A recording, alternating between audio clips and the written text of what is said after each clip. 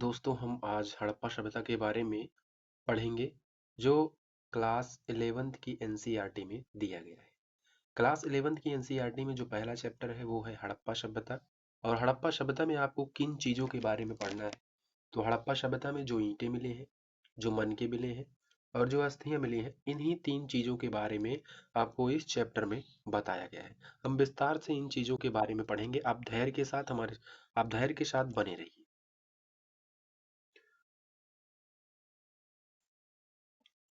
हड़प्पाई मुहर हड़प्पाई मुहर हड़प्पाई मुहर का मतलब होता है कि हड़प्पा सभ्यता में जो मुहरें प्राप्त हुई हैं उन्हें हड़प्पाई मुहर कहा जाता है। तो संभवतः हड़प्पा सिंधु घाटी सभ्यता की सबसे विशिष्ट पुरावस्तु है, यानी कि हड़प्पा सभ्यता और सिंधु घाटी सभ्यता ये दोनों एक ही हैं। हड़प्पा सभ्यता और सिंधु घाटी सभ्यता दोनों एक ही हैं। हड़प्पा सभ्यता में जो मुहर मिली है वो मुहर जो है सेलखड़ी नामक पत्थर से बनाई गई है और इन पर जो है जानवरों के चित्र बने हुए हैं। इस पर जो लिपि लिखी गई है वो अभी तक पढ़ी नहीं गई है। फिर भी हमें इस क्षेत्र में उस समय बसे लोगों के जीवन के विषय में,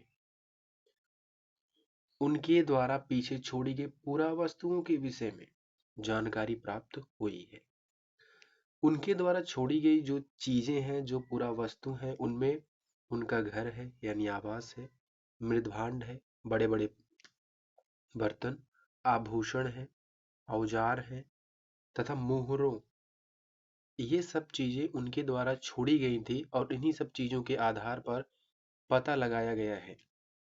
हड़प्पा सभ्यता में दूसरे शब्दों में कहें तो पुरातात्विक साक्ष्य के माध्यम से बहुत जानकारी मिलती है।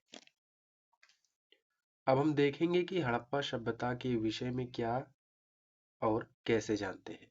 हम यह अन्वेषण करेंगे कि पुरातात्विक साक्ष्यों की व्याख्या कैसे की जाती है और इन व्याख्याओं में कैसे कभी कभी बदलाव आ जाता है। निश्चित रूप से इस सभ्यता के कई पहलू आज भी हमारी जानकारी से परे हैं, हो सकता है हमेशा ही रहे। तो इस चैप्टर में ये बताया गया है, जो चीजें इसमें बताई जाएंगी ना वह जो है क्या और कैसे करके बताई जाएंगी, हम एक एक लाइन जो है पढ़कर आपको बताएंगे।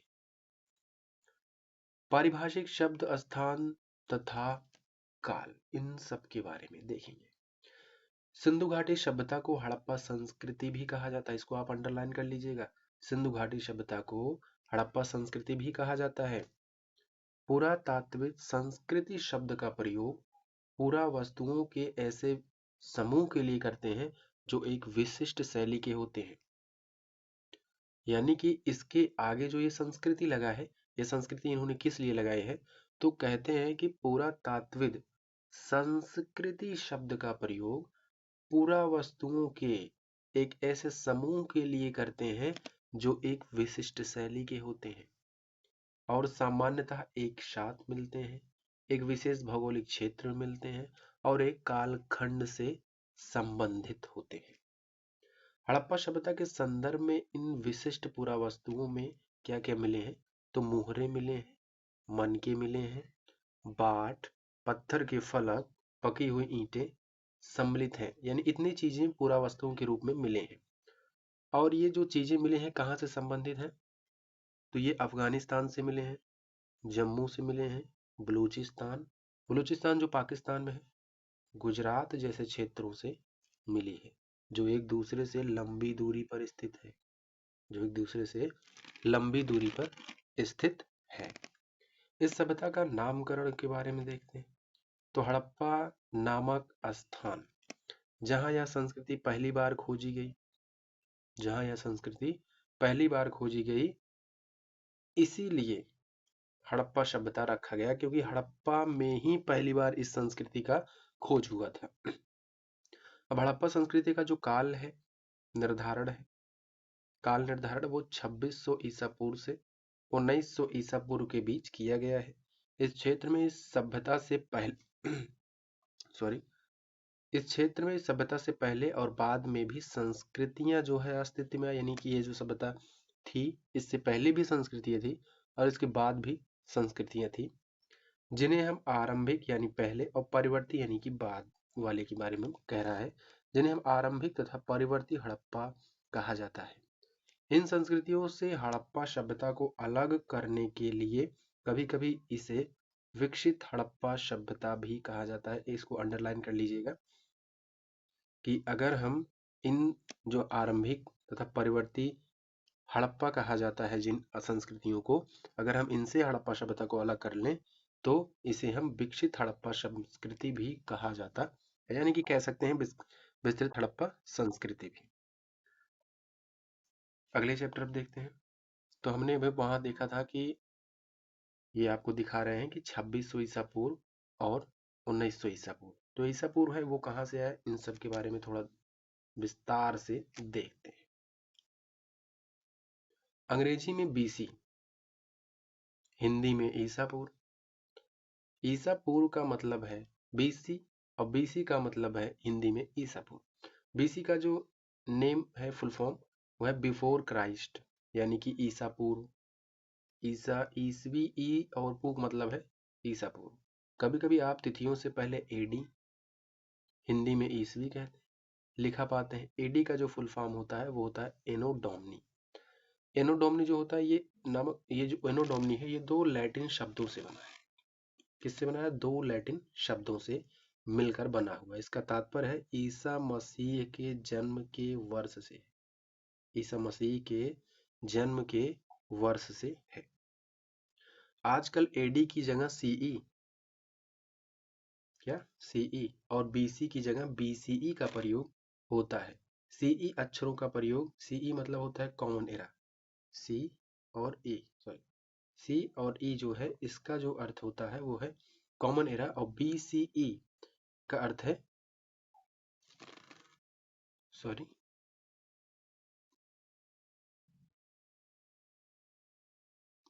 और बीसीई का अर्थ है बिफोर कॉमन एरा। ये लिखा है बिफोर कॉमन एरा। हम इन शब्दों का प्रयोग इसलिए करते हैं क्योंकि विश्व के अधिकांश देशों में अब किसका प्रयोग होता है, कॉमन एरा का।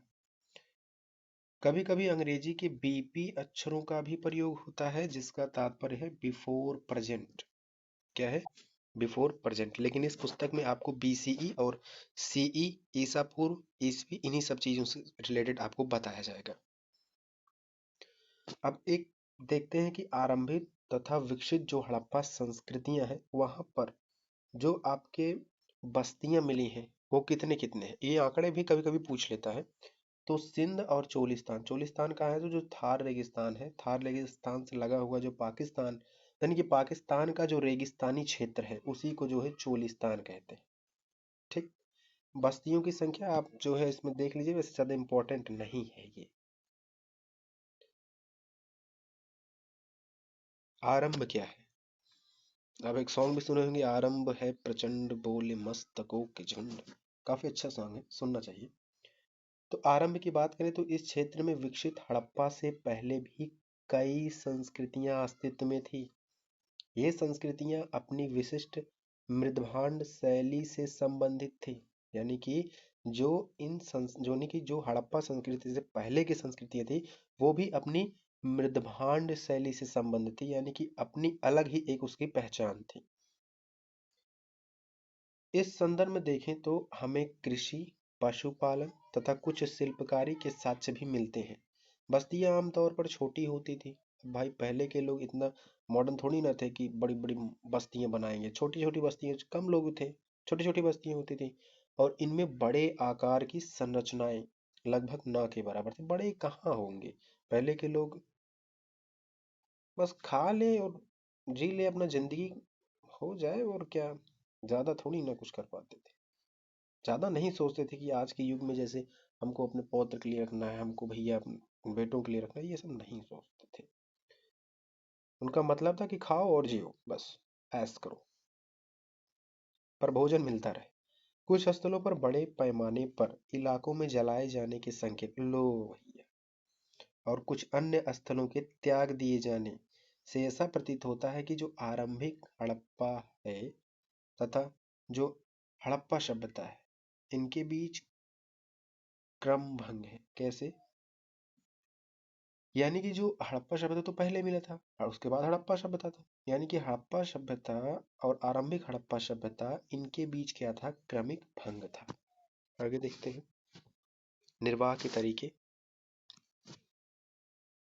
तो विकसित हड़प्पा संस्कृति कुछ ऐसे स्थानों पर पनपी जहां पहले आरंभिक हड़प्पा संस्कृतियां अस्तित्व में थी। यानी कि जहां पहले आरंभिक हड़प्पा संस्कृतियां अस्तित्व में थी वहीं जो है विकसित हड़प्पा संस्कृति भी पनपी। इन संस्कृतियों में कई तत्व जिनमें निर्वाह के तरीके शामिल थे समान थे। देखो जो आरंभिक हड़प्पा संस्कृति, इसमें सिमिलर क्या है कि जो आरंभिक हड़प्पा संस्कृतियां थी इनमें और जो विकसित हड़प्पा सभ्यता थी इन दोनों में कुछ चीजें क्या थी, समान थी। क्या, निर्वाह के तरीके, जीवन जीने के जो तरीके थे वो क्या थी, समान थी। हड़प्पा सभ्यता के निवासी कई प्रकार के पेड़ पौधे से प्राप्त उत्पाद और जानवरों जिनमें मछली भी शामिल है इनसे जो है भोजन करते थे जो हड़प्पा सभ्यता के लोग थे।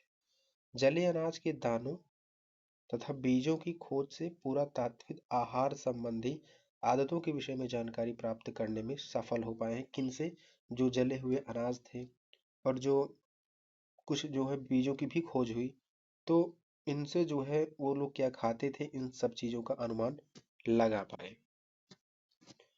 ये जो चीजें जो खोजी हुई ना इनका जो अध्ययन होता है पूरा वनस्पति करते थे। कौन करते हैं, इन सभी चीजों का अध्ययन पूरा वनस्पतिज्ञ करते हैं जो प्राचीन वनस्पति के अध्ययन के विशेषज्ञ होते थे। हड़प्पा हड़प्पा स्थलों से मिले अनाज के दानों में, देखो ये बहुत ही ज्यादा इंपॉर्टेंट है, ये सिविल सेवा एग्जाम में पूछता ही पूछता है।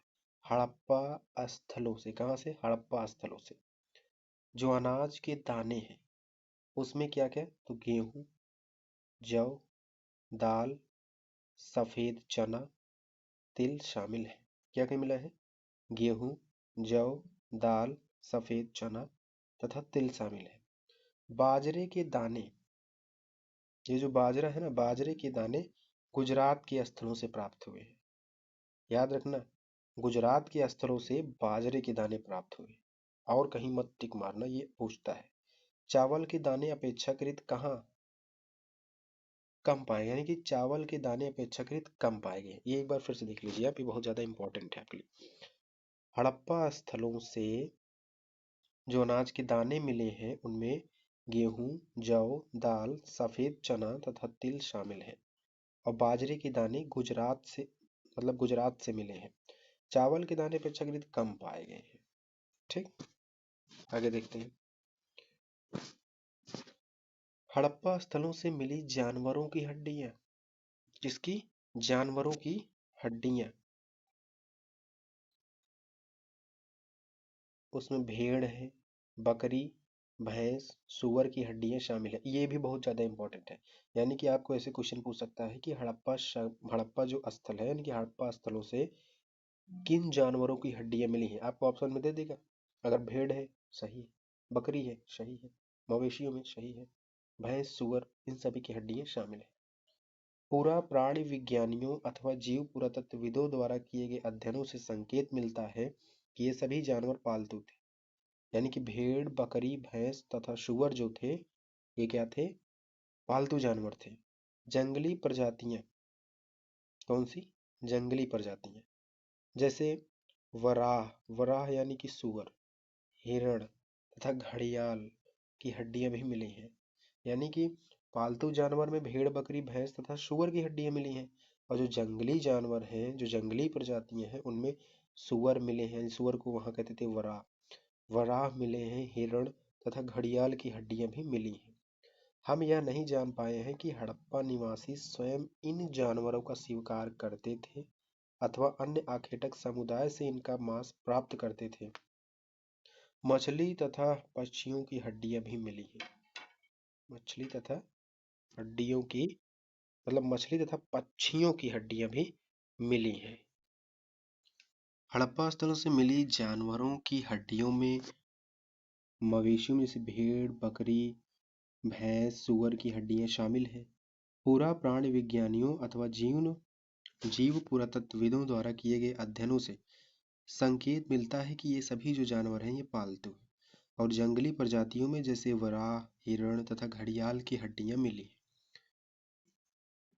अब जो मछली है और जो पक्षी है इनकी भी हड्डियां मिली हैं, यानी कि मछली और पक्षियों की हड्डियां भी मिली हैं। देखते हैं थोड़ा कृषि प्रौद्योगिकी के विषय।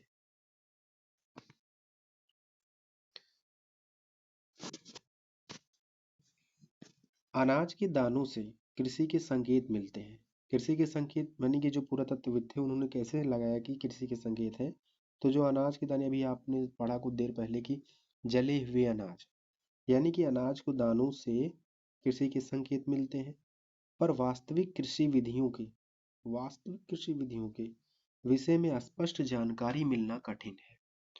क्या जुते हुए खेतों में बीजों का छिड़काव किया जाता था? मुहरों पर किए गए रेखांकन तथा मृण मूर्तियां यह इंगित करती, कहाँ? मुहरों पर।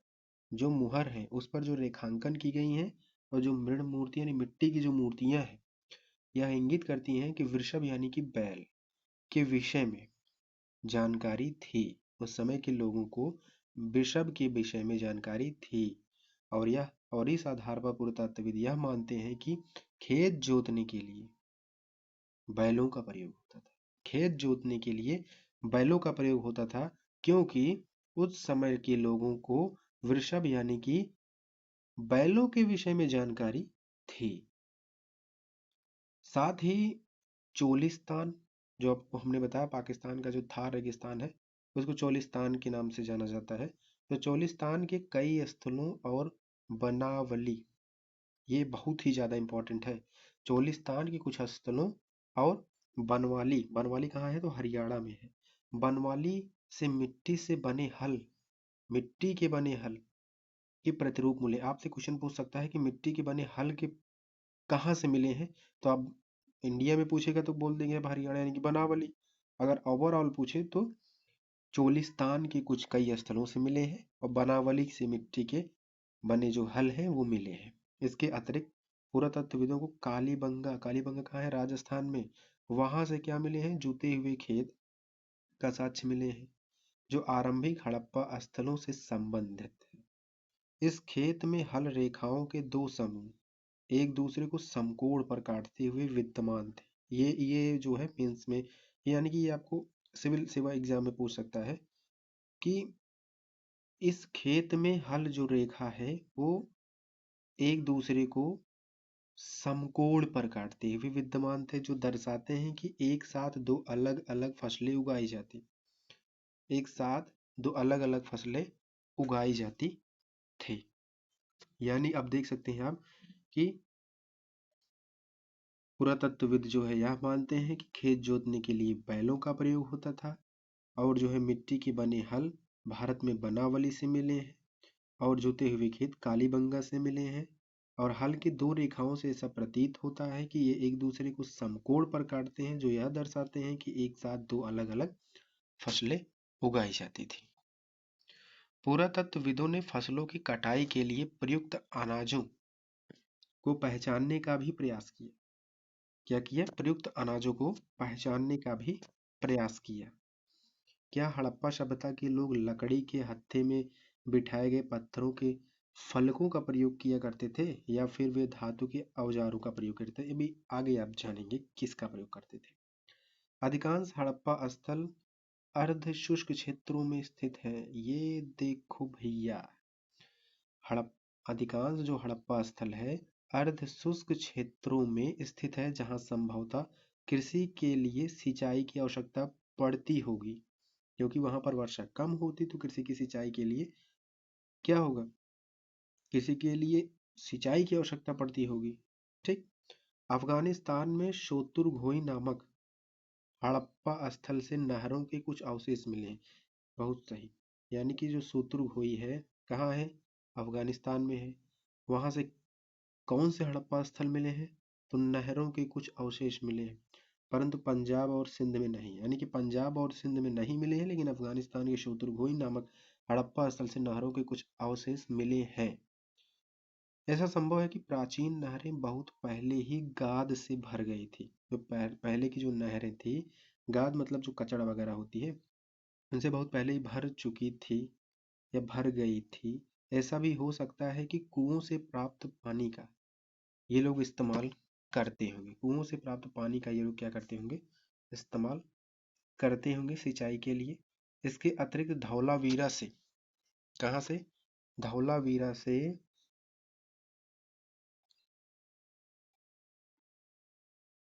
जलाशयों का प्रयोग संभवतः कृषि के लिए जल संचय हेतु किया जाता था। यानी धौलावीरा में एक मतलब जल को संचय कर लेते थे, और उस जो जलाशय जो मतलब बनाते थे तो उसमें जल को संचय कर लेते थे और उसी से जो है कृषि की सिंचाई करते थे। ठीक। अब एक जो है ब्रैकेट में बताया गया है कि पुरातत्वविदों की पहचान कैसे की जाती है, जो पूरा वस्तु है, सॉरी, पूरा वस्तुओं की पहचान कैसे की जाती है। देखो, भोजन तैयार करने की प्रक्रिया में अनाज पीसने के यंत्र, जो आज भी होता है, तथा उन्हें आपस में मिलाने, मिश्रण करने तथा पकाने के लिए बर्तनों की आवश्यकता, ये भी आज भी होता है। यानी कि भोजन तैयार करने की प्रक्रिया में अनाज पीसने के यंत्र और आपस में मिलाने के लिए, मिश्रण करने के लिए और उनको पकाने के लिए बर्तनों की आवश्यकता होती थी।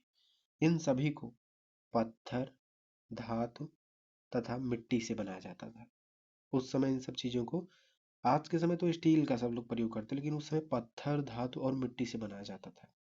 यहाँ एक महत्वपूर्ण हड़प्पा स्थल मोहनजोदड़ो, ये देखो, मोहनजोदड़ो में हुए उत्खनन पर सबसे आरंभिक रिपोर्ट में एक से कुछ उद्धरण किए जा रहे हैं। जैसे अवतल चक्कियां बड़ी संख्या में मिले हैं। ऐसा प्रतीत होता है कि अनाज पीसने के लिए प्रयुक्त ये एकमात्र साधन थी।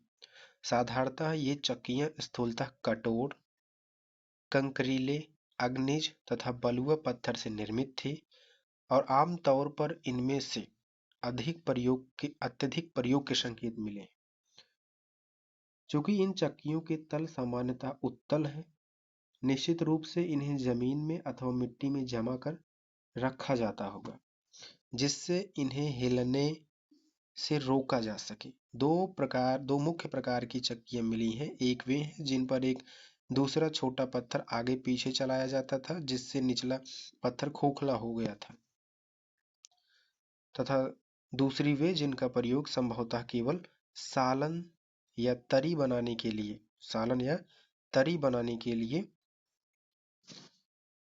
प्रयोग किया जाता था। जैसे जड़ी बूटी हो गई, मसाला, इसको कूटने के लिए किया जाता था। ठीक। एक इन दूसरे प्रकार के पत्थरों को हमारे श्रमिकों द्वारा सालन पत्थर का नाम दिया, ये जो सालन पत्थर है, तथा हमारे बावर्ची ने एक यही पत्थर रसोई में प्रयोग करने के लिए संग्रहालय से उधार मांगा है।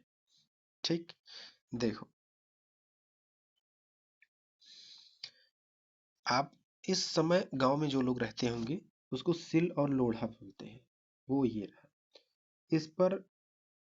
इस पर जो है, जिसको पीसना होता है, जिसको तोड़ना होता है, इस पर रख देते हैं। और ये जो रखा है, इसको लोढ़ा बोलते थे, इसको सिल बोलते, इसको जो है मतलब जिसको पीसना होता था उसको रखते थे और इससे जो है उस पर वार करते थे, मारते थे तो वो टूट जाता था।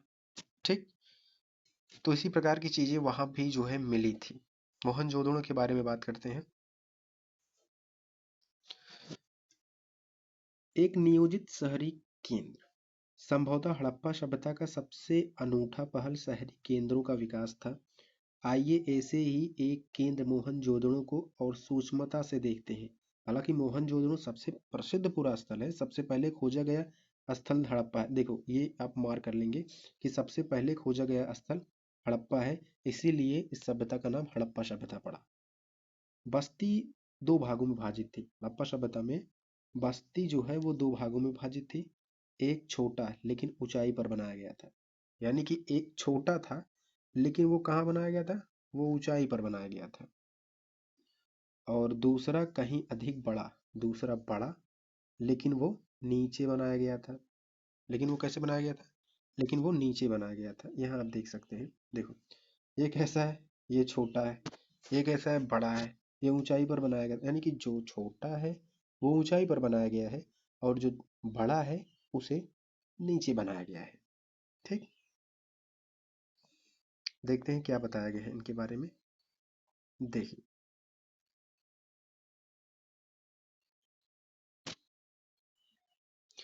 जो ऊंचाई और जो निचाई के बारे में ये लोग कह रहे हैं, उस इन्हें क्रमशः जो है दुर्ग और निचला शहर का नाम दिया गया है। दुर्ग की ऊंचाई का कारण यह था कि यहाँ की संरचनाएं कच्ची ईंटों के चबूतरों पर बनी हुई थी। जो दुर्ग की ऊंचाई है, इसका कारण क्या था कि यहाँ की जो संरचनाएं हैं वो कच्ची ईंटों के चबूतरों पर बनी थी। दुर्ग को दीवार से घेरा गया था, जिसका अर्थ है कि इसे निचले शहर से अलग किया गया था। यानी कि जो ऊंचे वाला शहर था और जो निचला शहर था, इन दोनों को जो है दीवार के द्वारा घेर दिया गया था, जिससे ये दोनों क्या थे, अलग थे। निचला शहर भी दीवार से घेरा घेरा गया था। यानी कि ऊपर वाला सिरा भी, मतलब कि जो ऊंचाई पर था, उचला मतलब ऊंचाई वाला जो दुर्ग था उसे भी घेरा गया था, और जो नीचे था उसको भी घेरा गया था। इसके अतिरिक्त कई भवनों को ऊंचे चबूतरों पर बनाया गया था, जो नींव का कार्य करती थी। अनुमान लगाया गया है कि यदि एक श्रमिक प्रतिदिन 1 घनी मीटर मिट्टी ढोता होगा तो मात्र आधारों को बनाने के लिए ही 40 लाख श्रमिक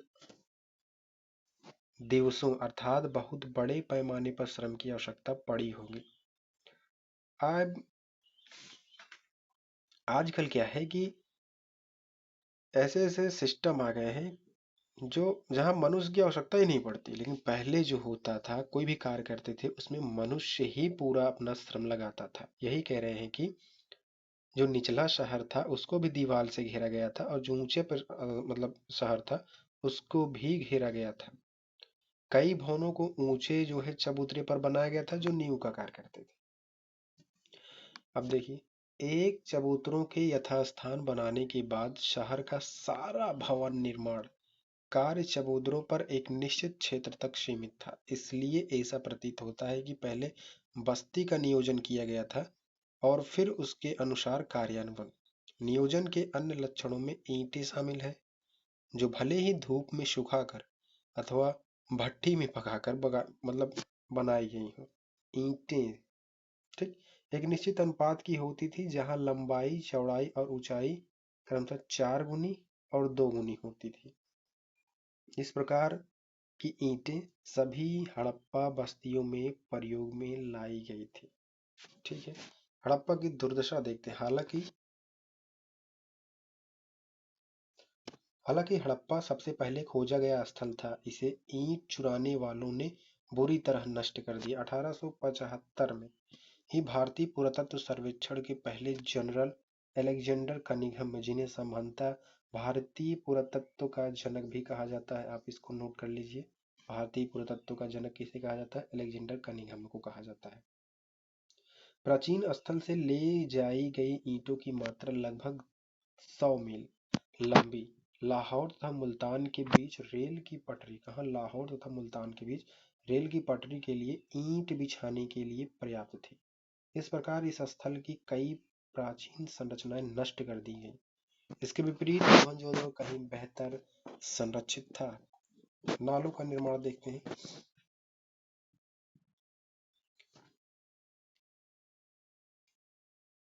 नालों का निर्माण, अब हेडिंग डालेंगे। हड़प्पा शहरों की सबसे अनूठी विशिष्टताओं में से एक ध्यानपूर्वक नियोजित जल निकास प्रणाली थी। ये मेंस में आपको पूछा गया है। यदि आप निचले शहर के नक्शे को देखें तो आप यह जान पाएंगे कि सड़कों तथा गलियों को लगभग एक ग्रिड पद्धति में, किस पद्धति में, ग्रिड पद्धति अपनाई गई थी हड़प्पा सभ्यता में, ये आप याद रखेंगे। सड़कों तथा गलियों को लगभग एक ग्रिड पद्धति में बनाया गया था, और ये एक दूसरे को समकोण पर काटते थे। कहाँ काटते थे? समकोण पर काटते थे। ऐसा प्रतीत होता है कि पहले नालियों के साथ गलियों को बनाया गया था और फिर उनके अगल बगल आवासों का निर्माण किया गया था। यदि घरों के गंदे पानी को गलियों की नालियों से जोड़ना था तो प्रत्येक घर की कम से कम एक दीवार का गली से सटा होना आवश्यक था। इसको आप देखेंगे क्योंकि ये बहुत ही ज़्यादा इम्पोर्टेंट है आपके लिए। हड़प्पा शहरों की सबसे अनूठी विशेषताओं में से एक जो ध्यानपूर्वक नियोजित था वो जल निकास प्रणाली थी। यदि आप निचले शहर के नक्शे को देखें तो आप जान पाएंगे कि सड़कों और नालियों को लगभग एक ग्रिड पद्धति से बनाया गया था और ये एक दूसरे को समकोण पर काटते थे। पहले नालियों के साथ गलियों को बनाया गया, जो नाली बनी उसके साथ गलियों को बनाया गया, फिर उसके अगल बगल आवास बनाया गया, यानी कि जब नालियां बनी तो पहले गलियां बनाई गई, फिर उसके बाद जो है आसपास आवास को बनाया गया। यदि घरों के गंदे पानी को गलियों की नालियों से जोड़ना था, यानी कि नाली बनी फिर गली बनी फिर उसके बाद घर बना, यानी कि अगर घर के जो गंदे पानी है उनको गलियों की नलियों से जोड़ना था तो प्रत्येक घर की कम से कम एक दीवार गली से सटा होना आवश्यक था।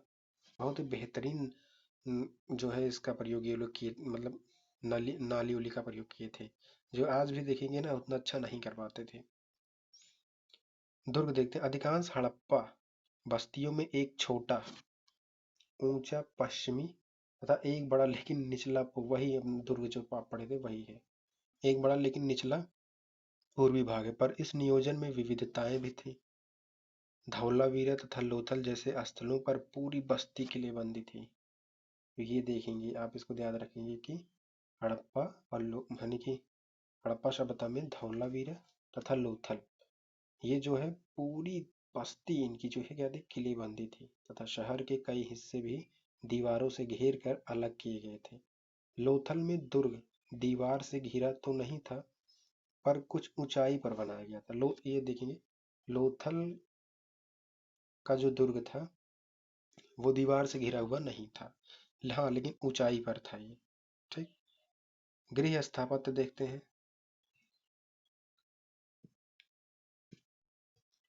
मोहनजोदड़ो का निचला शहर आवासीय भवनों के उदाहरण प्रस्तुत करता है। इनमें से कई एक आंगन पर केंद्रित थे जिनके चारों ओर कमरे बने थे। क्या थे? कमरे बने थे, यानी कि आंगन था, अब आंगन के चारों ओर क्या थे? कमरे बने हुए थे। आंगन खाना पकाने और कताई करने जैसी गतिविधियों का केंद्र, जो आंगन होता था वहां पर खाना बनाया जाता था और कताई का कार्य किया जाता था। खास तौर से गर्म और शुष्क मौसम में, यानी कि गर्म और शुष्क मौसम में आंगन में ही खाना पकाया जाता था और कताई किया जाता था, और इस आंगन के चारों ओर कमरे बने हुए थे। यहाँ एक अन्य रोचक पहलू लोगों द्वारा अपनी एकांतता को दिया जाने वाला महत्व था। भूमि तल पर बनी दीवारों में खिड़कियां नहीं थी, यानी कि जो भूमि से सटी हुई थी, तो उन मतलब कि उनकी जो दीवारें थी उनमें खिड़कियां नहीं थी।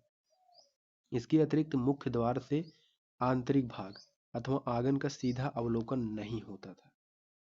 हर घर का हर घर का ईंटों से फर्श बना, यानी कि ईंटों के जो फर्श थे वो बना अपना एक स्नानागार होता था, जहाँ स्नानागार मतलब जो जहाँ नहाया जाता है, जैसे बाथरूम इस समय लोग कहते हैं। यानी कि हर घर का ईंटों के फर्श से बना अपना एक स्नानागार होता था, जिनकी नालियां दीवार के माध्यम से सड़क की नालियों से जुड़ी हुई थी।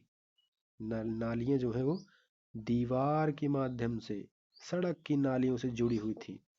कुछ घरों में दूसरे तल या छत पर जाने हेतु बनाई गई सीढ़ियों के अवशेष मिले, यानी कुछ कुछ दूसरे मतलब दो मंजिला भी था।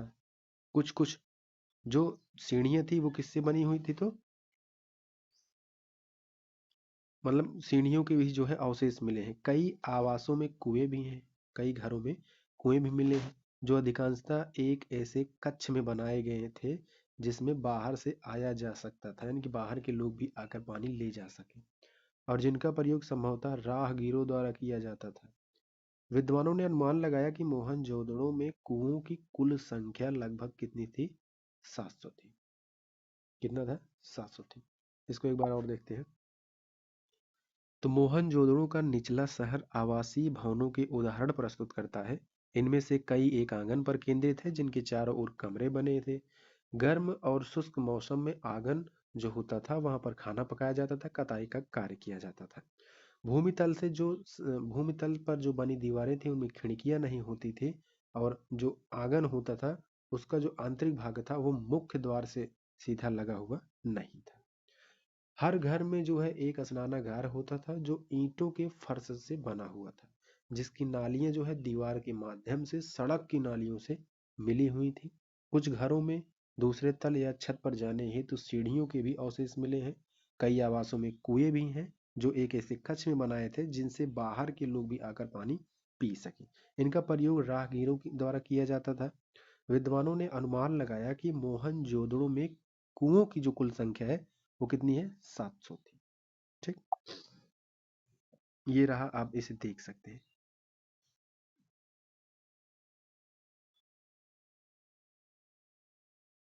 देख लिया आप लोग। देखते हैं थोड़ा डिब्बे के बारे में। अब तक खोजी गई प्राचीनतम साक्ष्य प्रणाली। नालियों के विषय में मैके लिखते हैं, मैके के लेखक हैं। निश्चित रूप से यह अब तक खोजी गई सर्वथा संपूर्ण प्राचीन प्रणाली है। हर आवास गली की नालियों से जोड़ा गया था। मुख्य नाले गारे में जमाई गई ईंटों से बने थे और इन्हें ऐसी ईंटों से ढका गया था जिन्हें सफाई के लिए हटाया जा सके। कुछ स्थानों पर ढकने के लिए चूना पत्थर की पट्टिका का प्रयोग किया गया था। घरों की नालियां पहले एक हौदी या मल कुंड में खाली होती थी जिसमें ठोस पदार्थ जमा हो जाता था और गंदा पानी गली की नालियों में बह जाता था। बहुत लंबे नालों में कुछ अंतरालों पर सफाई के लिए हौदियां भी बनाई गई थी। यह पुरातत्व एक अजूबा ही है। मलबे, मुख्यतः रेत के छोटे छोटे ढेर, सामान्यतः निकासी के नालों के अगल बगल पड़े मिले हैं, जो दर्शाते हैं कि नालों की सफाई के बाद कचरे को हमेशा हटाया नहीं जाता था। जल निकास प्रणालियां केवल बड़े शहरों तक ही सीमित नहीं थी बल्कि ये छोटी बस्तियों में भी मिली थी। उदाहरण के लिए लोथल में आवासों के निर्माण के लिए जहां कच्ची ईंटों का प्रयोग हुआ था वहीं नालियां पकी ईंटों से भी बनाई गई थी। आगे देखते हैं, दुर्ग के बारे में देखते हैं।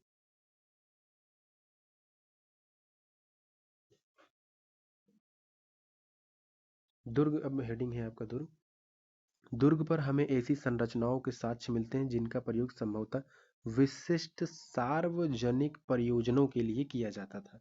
इनमें एक माल गोदाम, एक ऐसी विशाल माल गोदाम क्या है, ये एक ऐसी विशाल संरचना है जिसके ईंटों से बने केवल निचले हिस्से शेष थे जबकि ऊपरी हिस्सों को संभवतः लकड़ी से बने थे। यानी कि निचला सिरा ईंट से बना था और उसके ऊपर जो सिरा था वो लकड़ी से बना था। बहुत पहले ही नष्ट हो गए थे ये। और विशाल स्नानागार सम्मिलित है। क्या विशाल स्नानागार सम्मिलित है? विशाल स्नानागार आंगन में बना एक आयताकार जलाशय है। क्या है? एक आयताकार जलाशय जो चारों ओर से एक गलियारे से घिरा हुआ है।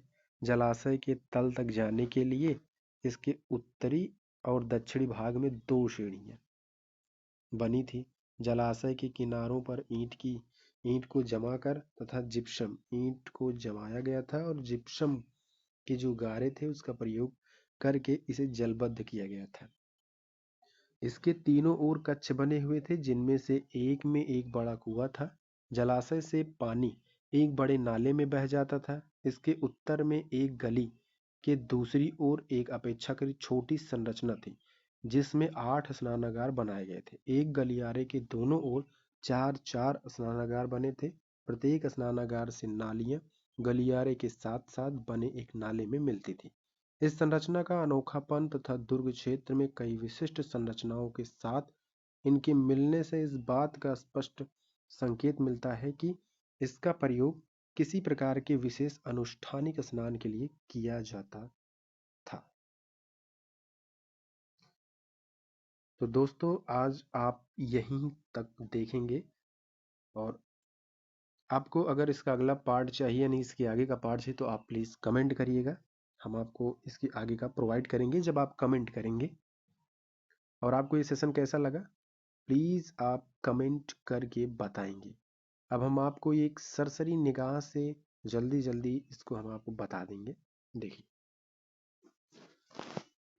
हड़प्पाई मुहर संभवतः हड़प्पा अथवा सिंधु घाटी सभ्यता की सबसे विशिष्ट पुरावस्तु है। सेलखड़ी नामक पत्थर से बनाई गई इन मुहरों पर सामान्य रूप से जानवरों के चित्र तथा एक ऐसी लिपि के चित्र उत्कीर्ण है जिन्हें अभी तक पढ़ा नहीं जा सका है। फिर भी हमें इस क्षेत्र में उस समय बसे लोगों के जीवन के विषय में उनके द्वारा पीछे छोड़ी गई पुरावस्तुओं जैसे उनके आवासों, मृद भांडों, आभूषणों, औजारों तथा मुहरों दूसरे शब्दों में पुरातात्विक साक्ष्यों के माध्यम से बहुत जानकारी मिलती है। अब हम देखेंगे कि हम हड़प्पा सभ्यता के विषय में क्या और कैसे जानते हैं। हम यह अन्वेषण करेंगे कि पुरातात्विक साक्ष्यों की व्याख्या कैसे की जाती है और इन व्याख्याओं में कैसे कभी-कभी बदलाव आ जाता है। निश्चित रूप से इस सभ्यता के कई पहलू आज भी हमारी जानकारी से परे हैं और हो सकता है हमेशा ही रहें। पारिभाषिक शब्द स्थान तथा काल। सिंधु घाटी सभ्यता को हड़प्पा संस्कृति भी कहा जाता है। पुरातात्विक संस्कृति शब्द का प्रयोग पुरावस्तुओं के ऐसे समूह के लिए करते हैं जो एक विशिष्ट शैली के होते हैं और सामान्यतः एक साथ एक विशेष भौगोलिक क्षेत्र तथा कालखंड से संबंध पाए जाते हैं। हड़प्पा सभ्यता के संदर्भ में इन विशिष्ट पुरावस्तुओं में मुहरें, मनके, बाट, पत्थर के फलक और पकी ईंटों सम्मिलित है। ये वस्तुएं अफगानिस्तान, जम्मू, बलूचिस्तान जो पाकिस्तान में है तथा गुजरात जैसे क्षेत्रों से मिली है जो एक दूसरे से लंबी दूरी पर स्थित है। इस सभ्यता का नामकरण हड़प्पा नामक स्थान जहाँ यह संस्कृति पहली बार खोजी गई थी उनके नाम पर किया गया है। इसका काल निर्धारण लगभग 2600 ईसा पूर्व से 1900 ईसा पूर्व के बीच किया गया है। इस क्षेत्र में इस सभ्यता से पहले और बाद में भी संस्कृति अस्तित्व में थी जिन्हें क्रमशः आरंभिक तथा परवर्ती हड़प्पा कहा जाता है। इन संस्कृतियों से हड़प्पा सभ्यता को अलग करके कभी कभी इन्हें विकसित हड़प्पा संस्कृति भी कहा जाता है। आरंभ देखते हैं। तो इस क्षेत्र में विकसित हड़प्पा से पहले भी कई संस्कृतियां अस्तित्व में थी। ये संस्कृतियां अपने विशिष्ट मृदभांड शैली से संबंध थी तथा इनके संदर्भ में हमें कृषि, पशुपालन तथा कुछ शिल्पकारी के साक्ष्य भी बस मिलते हैं। बस्तियां आमतौर पर छोटी होती थी और उन्हें बड़े आकार की संरचनाएं लगभग ना के बराबर थी। कुछ स्थलों पर बड़े पैमाने पर इलाकों में जलाए जाने के संकेतों से कुछ अन्य स्थलों के त्याग दिए जाने से ऐसा प्रतीत होता है कि आरंभिक हड़प्पा तथा हड़प्पा सभ्यता के बीच क्रम भंग था। तो आज हमने 7 पेज तक देखा है। हमारे अगली वीडियो के लिए आप प्लीज़ हमें कमेंट करके बताएंगे आपको ये सेशन कैसा लगा। जल्द ही हमारी दूसरी इसका पार्ट 2 भी आ जाएगा। धन्यवाद। जय हिंद, जय भारत।